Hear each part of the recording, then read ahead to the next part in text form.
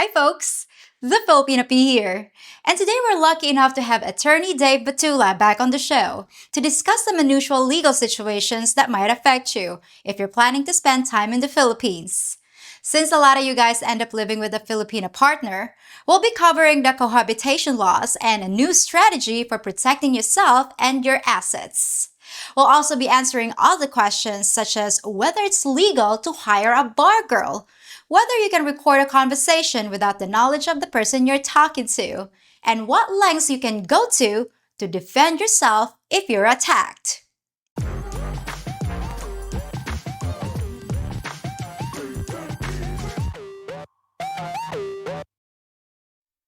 attorney, welcome back again to my show. How are you doing?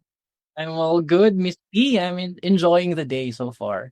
Today we're going to talk about lots of topics, but to start with, let's jump into the cohabitation law. So, when do cohabitation laws take effect? First of all, I'd like to start by saying that there is really no formal law in the Philippines that regulates cohabitation in the same way that marriage is being regulated in the country. So, as to when, there's no specific period required, as long as the man and the woman lives together in the same household. Okay, so isn't it kind of scary for guys living with their girlfriends? Does that mean that the girlfriends have access to their assets, the guy's assets? If you ask me whether it's dangerous or scary, I'm going to tell you it's really scary to live under the same roof with a woman who is not your wife, because there are risks to that one. If you're going to ask me about property things, um, yes, it's dangerous because if we talk about two man and a woman who are capacitated to marry, it means they can marry each other legally, but they choose not to. And then if they have property together, then the property that they have both owned is governed by the rules on co-ownership. It means that they co-own all the properties that they have brought or managed together while cohabiting. What about foreigners who are currently living with their girlfriends? What are the things that they have to watch out for? If you're a foreigner and you are legally capacitated to marry, it means that if you've obtained divorce abroad, and so you can marry in the Philippines, then if you want to own property, keep the property title separate. As we have mentioned, if you have watched our previous video, foreigners cannot own lands in the Philippines, but they can in terms of properties. So if you own a property, just name it to yourself and not with your girlfriend or other people, just to protect yourself. Okay, so just to make it clear, anything that you own back home, like back in the West, the girlfriend has no claim, right? Anything that you own, your pension, whatever, everything that you own before the relationship, she has no claim, even though you guys are living together. Yes, you're just living together. You're not married at all. Right. But what if they're both single, they've been living together for, let's say, a month, and then they bought appliances, a motorbike, a car, or something to that effect? Does the Filipino girlfriend have any claims to those things? Let's say, even though the foreigner bought everything during their relationship, during the period they're cohabiting. In this scenario, both of them are single and they can actually marry anytime. Here, there is a presumed or presumption of equal shares. And when we say presumption of equal shares, regardless of whoever contributed to that property, the law presumes that the property is owned by them, by both of them. So there is co-ownership in that property, but it's just a presumption. And the foreigner can actually dispute that claim and tell the court that the property is actually just mine and not co-owned with a Filipina. If the foreigner can prove that he bought everything, he's paying the rent, and he has the receipts, because obviously they want to make sure they protect themselves and their assets when they go to a foreign country. Some of them maybe been divorced and then they got ransacked when it comes to their assets being cut in half. slice into half or more than half of it. So of course they want to make sure that they're not gonna have the same problem in the Philippines, because I know most of them are cohabiting with their Filipina girlfriends. What is the best way for them to protect themselves aside from keeping all the receipts and maybe draft a contract with a girlfriend, a I was relationship? was actually going to say all of those. Maybe consider a cohabitation agreement. Although not so common in the Philippines, and you might not have heard of other people telling you this, but there's a so-called cohabitation agreement where it's like a prenuptial agreement. So in a cohabitation agreement, this agreement will determine how the assets will be handled and clarify the expectations later on as a couple. Like a relationship agreement. I like that. I would give you this advice, not because I want you to hire me for that, but this is just for practicalities purposes. If you have major purchases, if you're going to buy a house worth millions, it's important to have to seek legal advice first. Legally, it's a legal binding paper, right? Because you can enter into a contract and it depends on what's in the contract, right? In the Philippines, you can have stipulations in the front as long as it's not contrary to law, morals, good customs, public order, and public policy. So you can actually stipulate in your cohabitation agreement so and so agreements as long as it's not contrary to our laws in the country. During the girlfriend boyfriend phase, then that'd be great to have a relationship agreement. All right, so that's for the cohabitation laws. Now let's talk about prostitution in the Philippines, attorney. So it's illegal, right? Just to be clear, yes, it's explicitly prohibited under our laws that prostitution is illegal. So how can you explain about the red district, the red light district in Angeles City? Well, I haven't been to Angeles City though, but I've been to Cebu. And if you've been to Cebu, there are red light districts in Cebu. All I can say is that while prostitution is illegal under our laws, there might be several reasons why it still happens in certain parts of the country. And the first thing is that maybe lax enforcement of the laws. Would you agree with me? Lax enforcement, it means that authorities may turn a blind eye because, if there is local corruption or if the area like Cebu depends on tourism related income, sometimes the local officials would just turn a blind eye for the sake of tourism, right? So that's number one, that's lax enforcement.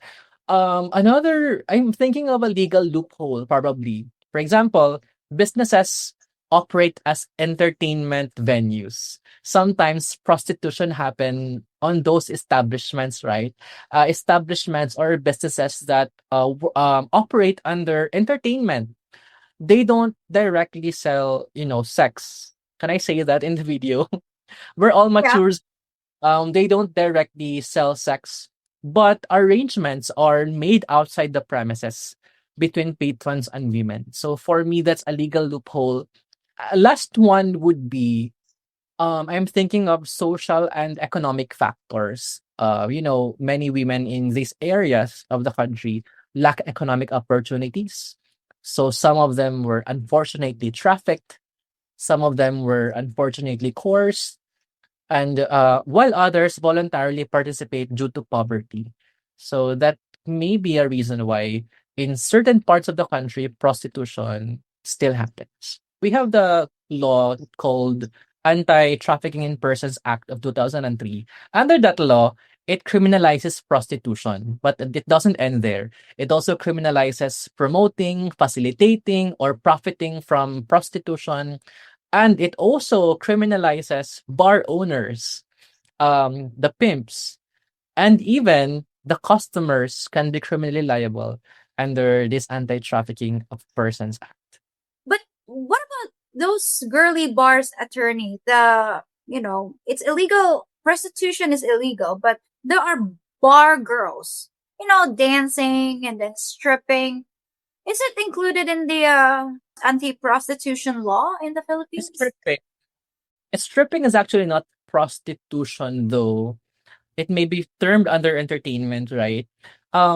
It gets a bit nuanced here because, a bar girl per se is not illegal. Let's be clear with that one. Being a bar girl is not in itself illegal because it can be interpreted in different scenarios. For example, some bar girls are simply hospitality workers, right? Some are dancers, some are just GROs or guest relations officer. However, it gets a bit nuanced if the bar girls um do sex in exchange for money, and that's what I mean is that whether directly or indirectly, some entertainment businesses do bar fine or take out fee where they take the woman with them somewhere else, and that is operated by the entertainment business itself. So that constitutes prostitution, and that's when becoming a bar girl or bar girls become illegal. See, but that's illegal and it's still happening. It's like for me it's like a gray area. If there's black and white, then this is a gray area because they don't operate and advertise sex work, but it's understood that if you enter that establishment, then such services are being offered. In prostitution, there is no relationship at all. It's just as simple as doing sex work. There's no strings attached. I'm just here for the money. It's as simple as that. But if you are a woman and a foreigner, and then you are girlfriends and boyfriends, and the foreigner supports the woman monetarily, economically, then that's not prostitution because you are in a relationship. But what if it's only the foreigner in the relationship, but the woman is in it just for the money? Is it? That's not maybe it's prostitution, but it's really a case to case basis. But that's unfortunate for the foreigner though. Some foreigners become victims of that one. Um that's why I'm not going to disclose, but somebody messaged me in email. Somebody emailed me about it. He wanted to be sure about the woman he or she's sleeping with. Because there's no way for you to know, right? If you're a foreigner, you cannot really just go to the police station and ask her if the woman has a boyfriend. You cannot also stalk the woman because, of course, women are good at hiding those secrets. So it's a difficult thing that some of the foreigners become victims of those dirty work by Filipinas. All right. So that's for the prostitution. And what about online nudity, attorney? Isn't it illegal for a Filipino to transmit nude photos via internet? In terms of transmitting nude images, it's not necessarily illegal for Filipino citizens to share nude images. For example, if you're like a couple and then you just love, some Filipinos are in long distance relationships, and if your love language is physical language, physical love, then you kind of miss those things, right? So what you do is you send photos and all. It's not per se illegal. However, issues arise if the transmission involves non-consensual sharing. For example, we have revenge porn, coercion, the images are being distributed without the consent of the person, so that becomes illegal transmission. We have another one, a bit common. We have selling nude images that may fall under the criminal cyber crime prevention act, or we have the anti-photo and voyeurism. It's okay between girlfriends and boyfriends and husband and wives. But if it's for profit, then that's a big no-no. Yes, that's correct. That's when it becomes illegal. And especially taking nude photos of your girlfriend without her consent and then selling it to Pornhub or maybe distributing it to his friends, then that becomes illegal. Yes, that's correct. That's when it becomes illegal. But if it's consensual and it's shared between the two of you, then there's no problem with that. Do it as you please. I'd have to qualify though. I'd have to qualify by saying that making consensual home sex tapes in the privacy of one's home is not inherently illegal as long as both parties involved are consenting adults, or both parties have given their consent to be taken in that video. But the problem arises if the video is shared or made public without the consent of all participants. For example, the term voyeurism is when the video is being distributed or shared without the consent of all the parties involved. So that becomes a crime committed against the Anti-Photo and Video Voyeurism Act in the Philippines. So being naked on video and being distributed without, for free, and both parties agreed, then that's not illegal. That's okay for public consumption. As long as the parties have consented to that one, because what the anti-photo and voyeurism punishes is the non-consensual sharing and distribution of those videos or photos. So we have the distribution, sale, or online sharing of such videos without the consent of both parties. That's what's being punished under this law that we have mentioned. So it's safe to say, or safe to assume, that if a person asks you to strip in front of the camera, or do sexual acts in front of the camera in exchange for money, then that can be under the cyber sex laws. That's right. For crime prevention. Yeah, that's illegal. So the last time we spoke about the nanny cam, it's legal to do it at home, but that's video. What about audio recordings, attorney? Is that allowed? The simple answer is that no, it's illegal to record a phone call without the consent of the other party, at least one party involved. We have the law called Anti-Wiretapping Act, which prohibits the recording of private conversations without the consent of the people being recorded. But there's a nuance here, because if you are a participant in the conversation, example, I am the one calling you, I can record our conversations without informing you that I am recording it, because that's called the one party consent. All right. That's one party consent where I can record our conversations because I am a participant in the phone call. But if a third party records our conversation, that becomes illegal. But what about the okay, so let's say, attorney, you're in a house, in a private home with a nanny cam, and you're taking a phone call. Obviously, it's video and audio recording. Is that illegal? Because you're like now a third party. If there's a third party who goes inside your house and who that person does not know that there's a nanny cam, and then you recorded the conversation, better delete that conversation, because that becomes wiretapping, because you did not asked for the consent of that party for his or her conversation to be recorded. Let's say you recorded our conversation and distributed it without my consent. Is it still legal? There's a difference between recording our conversation and distributing it, right? I can record our conversation as a one-party consent, but I am in no way allowed to share our conversations without your consent. So that should be two-party consent. Both of us must consent for our conversation to be distributed online or to other people. Okay, so you can record it as long as it's only for your use. Yeah. But okay, but not when you're trying to distribute it to the masses. All right, so moving on, let's go to crime of passion law. So the last time we spoke about this law, if a person catches his wife, let's say, having sex with a different person, like, he caught her cheating and killed her and the paramour, he can use this defense as, I didn't know what I did, and then he was out of rage. But can both parties use that? Let's say if it's a wife. Of course, murder and homicide is still a crime. That's black and white. But in the Philippines, the law acknowledges that infidelity can cause emotional distress, right?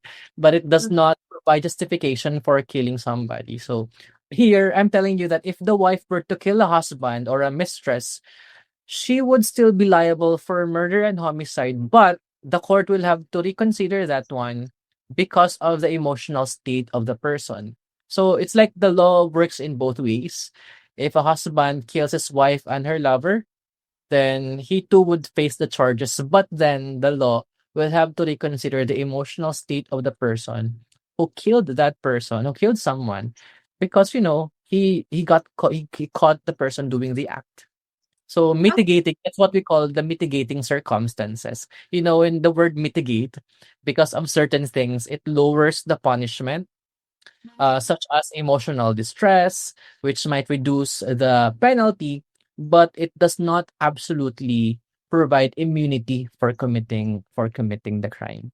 If I were to cite one case, that's the People versus Abarca case. It happened here in Tacloban City, and that's case where the man was a soldier, I think, and then one time from duty he went home, and then he could hear the woman moaning, and then he could hear another man, and so he went back to his office, got a gun, and then when he went home, the woman and the paramour were already out of the house, and they were on a market. And then of course, when the man saw it, he was filled with, like, passion, obfuscation. He was so angry, and he shot both victims, both of them, and they were all both killed right there. And in that case, the court ruled that the man could not be prosecuted or indicted for murder or homicide because of that mitigating circumstance that he caught the wife committing or cheating on him while they were in a valid marriage. So, but that's one of the cases. There were still so many cases where the court have favored on the accused. He got leniency for killing his wife and the paramour. That's Wow. correct. Okay, so what about this attorney? This scenario. What if a foreigner has a Filipino girlfriend and this foreigner didn't know that this girlfriend is still legally married because the girlfriend lied about it. And they were having sex, and then the husband caught them red-handed.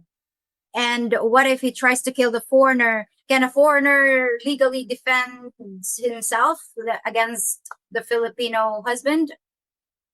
Well, it's a good question. And to find out the answer, you'll have to tune in for part 2 on Friday, when we'll be discussing a whole new batch of issues like how you can legally defend yourself from a physical attack, and what to do if you're accused of getting a Filipina pregnant, but you don't think the baby's yours. Till then, folks. If you think about it, I'm kind of like Pocahontas, who bridged the gap between two very different cultures and tried to bring peace and understanding to both sides, while at the same time dating a foreigner. All that I ask for my diplomatic efforts is that you give a thumbs up on this video, subscribe to my channel, and hit the notification bell. If you really want to be part of my tribe, check out my Patreon page for extra content and exclusive features. And while you're here, check out some of my other videos too. And no, you can't poke my hunters.